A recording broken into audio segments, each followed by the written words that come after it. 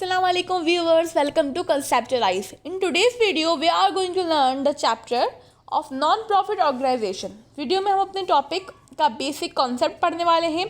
Non-profit organisation का question हम next part में सॉल्व करेंगे. A group of people with an intention to achieve common goal is called organization. लोगों का एक ऐसा मजमुआ जिनका मकसद सेम हो और वो एक साथ काम करें, तो ऐसे ग्रुप को हम ऑर्गेनाइजेशन कहते हैं. जैसे कि वॉलंटरी ऑर्गेनाइजेशन, पॉलिटिकल ऑर्गेनाइजेशन और नॉन प्रॉफिट ऑर्गेनाइजेशन, जिसको हम पढ़ने वाले हैं. ऑर्गेनाइजेशन के साथ वर्ड नॉन प्रॉफिट से मुराद ऐसी ऑर्गेनाइजेशन जिसका मकसद प्रॉफिट कमाना नहीं है.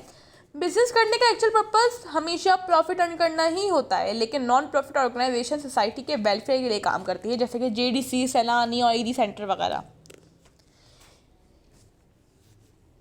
N organisation which is made with the intention of welfare of society except to earn profit is called non profit organisation, और कंसर्न भी कहा जाता है ऑर्गेनाइजेशन के लिए.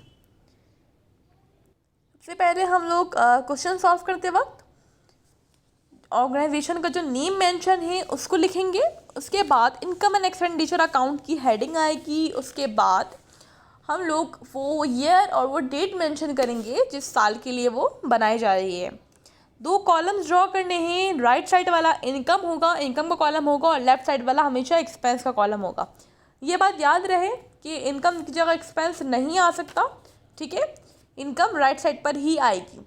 इनकम में हमारे पास हो सकते हैं डोनेशंस, यानी कि जो लोग डोनेट करते हैं तो वो हमारे लिए नॉन प्रॉफिट ऑर्गेनाइजेशन के लिए इनकम ट्रीट की जाती है. फंड चैरिटी शो किए जाते हैं जहाँ पे फंड रेस किए जाते हैं, तो फंड्स भी इनकम है नॉन प्रॉफिट ऑर्गेनाइजेशन के लिए. उसके बाद हमारे पास आते हैं सब्सक्रिप्शन. बहुत सारे क्लब्स होते हैं जहाँ पे सब्सक्रिप्शन खरीदी जाती है लोगों से, वो भी इनकम है. एक्सपेंस हमारे पास आते हैं रेंट एक्सपेंस, सैलरी एक्सपेंस और वेजेस. ये हम और भी जो एक्सपेंस है तो उनको हम एक्सपेंस के कॉलम में लिखेंगे. अब बात करते हैं कि एक नॉन प्रॉफिट ऑर्गेनाइजेशन में प्रॉफिट और लॉस का कोई कॉन्सेप्ट नहीं होता. यहाँ हम वर्ड यूज़ करते हैं सरप्लस. सरप्लस की मीनिंग है ज़्यादा होना. जब इनकम ज़्यादा होगी खर्चों से तो सरप्लस रिकॉर्ड किया जाएगा. इसी तरह लॉस की जगह डेफिसिट रिकॉर्ड करेंगे. लॉस जब होता है जब एक्सपेंस ज़्यादा होंगे इनकम से. याद रहे, एक्सपेंस ज़्यादा हो इनकम से. डेफिसिट इनकम की जगह रिकॉर्ड करेंगे और एक्सपेंस सरप्लस जो है वो एक्सपेंस के कॉलम में. आप याद करने के लिए समझ सकते हैं कि सरप्लस यहाँ पे प्रॉफिट है और डेफिसिट यहाँ पे लॉस है. यानी प्रॉफिट की जगह सरप्लस रिकॉर्ड करेंगे और एक्सपेंस की जगह एक्सपेंस के कॉलम में, और लॉस की जगह डेफिसिट रिकॉर्ड करेंगे इनकम के कॉलम में. इसको टोटल करना होगा हमें नीचे इसी तरह लाइन.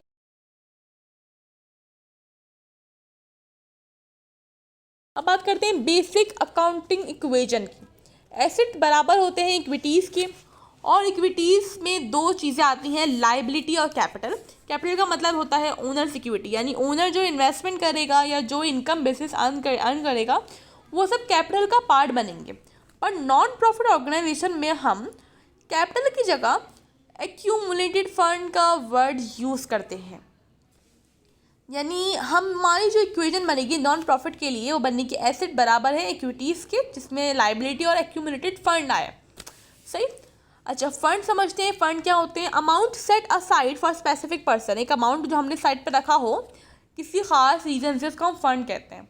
एक्यूमुलेटेड फंड अगर हमें निकालने होंगे तो इक्वेशन को हम क्या करेंगे, एक्यूमुलेटेड फंड बराबर हो जाएंगे एसेट माइनस लाइबिलिटीज़ के. सही. ये हमें अक्सर निकालने के लिए आता है सवाल में. एक्रूड, आउटस्टैंडिंग, अनपेड और पेबल, ये 4 वर्ड्स का इस्तेमाल अगर एक्सपेंसेस के साथ होगा तो इसका मतलब क्या होगा कि खर्चा हो गया है, एक्सपेंसेस आर इनकर्ड, के खर्चा हो गया है बट नॉट पेड, पे नहीं करे हैं. जिस तरह बिजली का बिल हमारा खर्चा हो गया. सही. जनवरी का बिल अगर हम पे करते हैं तो फरवरी में पे करते हैं, यानी कि जनवरी के 31 को हमारा खर्चा हो गया पर हमने पे नहीं करा.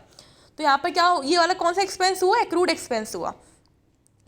अक्सर जो टीचर्स हैं, अक्सर टीचर्स को इस तरह पढ़वाते हैं कि एक्रूड आए तो प्लस होगा और ये आए तो माइनस होगा. ये रट्टा है. ठीक है, हम कॉन्सेप्ट समझेंगे और कॉन्सेप्ट समझकर ही याद करेंगे.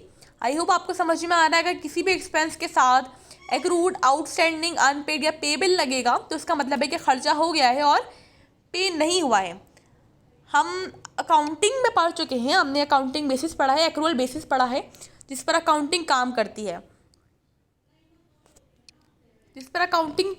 है, हमने एक्रूअल बेसिस पढ़ा है, जिसमें कहा गया था कि अगर खर्चा हो गया है और पे नहीं करा है तो फिर भी हम रिकॉर्ड करेंगे उसको एज एन एक्सपेंस अपनी बुक्स में।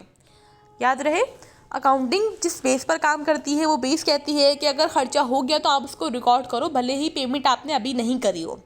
पेमेंट जब करनी होगी करोगे, लेकिन अभी आप इसको एक्सपेंस के तौर पे अपनी बुक्स में रिकॉर्ड करोगे। तो हमें भी यही चीज़ करनी है। अगर एक्रूड सैलरी लिखा हुआ आएगा तो इसका मतलब ये सैलरी हमारा जो ये खर्चा है, सैलरी का खर्चा हो चुका है, हमने पे नहीं करा। इसकी एग्जाम्पल सॉल्व कर लेते हैं हम लोग, ताकि बेहतर हम समझ सकें। एडजस्टमेंट में आता है ये चीज़ें, बहुत इंपॉर्टेंट है। अगर आप ये नहीं समझ पाएंगे तो नॉन प्रॉफिट का क्वेश्चन सॉल्व नहीं कर पाएंगे। डेटा में अगर आपके पास दिया हुआ है सैलरी एक्सपेंस 15,000, ठीक है, और साथ साथ एक और चीज़ हम ले लेते हैं, rent expense. Salary expense 15,000, rent expense 10,000। Adjustment में कहते हैं वो एक्रूड सैलरी जो है वो 3,000 है और आउटस्टैंडिंग रेंट 5,000 है।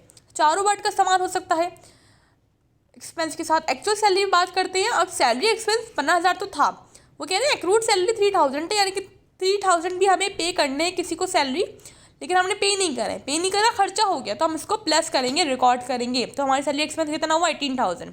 इस तरह हमारा रेंट एक्सपेंस 15,000 हुआ, 10,000 नहीं, क्योंकि 5,000 क्या है? आउटस्टैंडिंग है, यानी कि 5,000 का हमारा रेंट हो गया, यानी खर्चा बन गया है, खर्चा हो गया है, पर हमने पे नहीं करा, तो हम इसको भी रिकॉर्ड करेंगे और अपने एक्सपेंस में इंक्लूड करेंगे।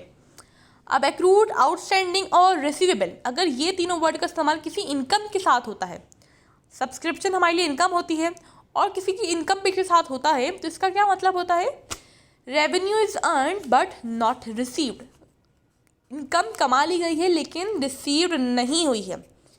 डेटा हमारे पास आता है, डेटे में अगर हमारे पास दिया हुआ है सब्सक्रिप्शन 50,000, यानी कि जो सब्सक्रिप्शन इनकम है वो हमारे पास 50,000 है, और डोनेशन हमारे पास 40,000 है। एडजस्टमेंट में आता है कि एक्रूड सब्सक्रिप्शन 20,000, यानी वो सब्सक्रिप्शन जो कि हमने अर्न कर ली है बट हमें मिली नहीं है, रिसीव नहीं हुई, तो हमने क्या करा? ऐड कर लिया, क्योंकि एक्रूअल बेसिस कहती है अकाउंटिंग की कि आपने इनकम अर्न कर ली तो उसको आप रिकॉर्ड करोगे बुक्स में एज एन इनकम। डोनेशन में भी सेम चीज़ हुई। इन वर्ड्स को याद रखना बहुत ज़रूरी है, ये बहुत काम आते हैं, ठीक है। इसके बगैर आप नहीं समझ पाओगे, ना फर्स्ट ईयर में अकाउंटिंग कर पाओगे सही से, ना ही सेकेंड ईयर में। आई होप आपको ये चीज़ क्लियर हो गई है। अगर अभी भी आपके पास कोई डाउट है तो आप पूछ सकते हैं। अब प्रीपेड की बात करते हैं। प्रीपेड मतलब होता है पेड इन एडवांस। से ये प्री का वर्ड यहाँ पर यूज़ हो रहा है पहले के लिए। प्रीपेड का वर्ड अगर एक्सपेंस के साथ यूज़ होगा तो इसका मतलब है हमने कोई खर्चा की पेमेंट पहले ही कर दी, खर्चा हुआ नहीं, पेमेंट पहले ही कर दी। डेटा में आ रहा है सैलरी एक्सपेंस 40,000 रुपये। एडजस्टमेंट में आगे कहते हैं कि प्रीपेड सैलरी 10,000 है, यानी कि असल में 30,000 सैलरी एक्सपेंस है हमारा, ना कि 40,000 रुपये, क्योंकि 10,000 हमने जो सैलरीज है वो एडवांस में दी हैं। सही, किसी भी रीज़न से हमने एडवांस में दी, लेकिन 10,000 हम सैलरी में एक्सपेंस में इंक्लूड नहीं करेंगे। ये प्रीपेड सैलरी है, प्रीपेड सैलरी इंक्लूड नहीं होगी एक्सपेंस में, तो हमने क्या करा? माइनस कर दिया 10,000, और 30,000 हमारी एक्चुअल सैलरी है। प्रीपेड एसेट कहा जाता है, प्रीपेड को एसेट कहा जाता है, ये बात याद रखना ज़रूरी है। और अर्न का कॉन्सेप्ट आता है प्रीपेड रिसीव्ड इन एडवांस। और अर्न कहते हैं हम रिसीव्ड इन एडवांस, यानी कि हमें कोई इनकम एडवांस में रिसीव हो जाए तो वो हमारे लिए इनकम नहीं होती, हम उसको लायबिलिटी ट्रीट करते हैं। कोई भी इनकम हमें एडवांस में रिसीव हो जाए हम उसको लायबिलिटी ट्रीट करते हैं, इनकम नहीं मानते। डेटा आता है हमारे पास सब्सक्रिप्शन इनकम 30,000 है। एडजस्टमेंट में आता है कि अनअर्नड सब्सक्रिप्शन 5,000, यानी कि अनअर्नड से अच्छा वर्ड ही ऐसा है, हमें समझ में आ रहा है कि अनअर्नड यानी कि इनकम कमाई नहीं गई है, अभी मिली नहीं, हमें कमाई नहीं। सही है, तो 5,000 हम माइनस कर रहे होंगे 30,000 में, हमारी एक्चुअल जो इनकम आ जाएगी वो आ जाएगी 25,000। सो आई होप आपको ये चीज़ क्लियर हो रही है।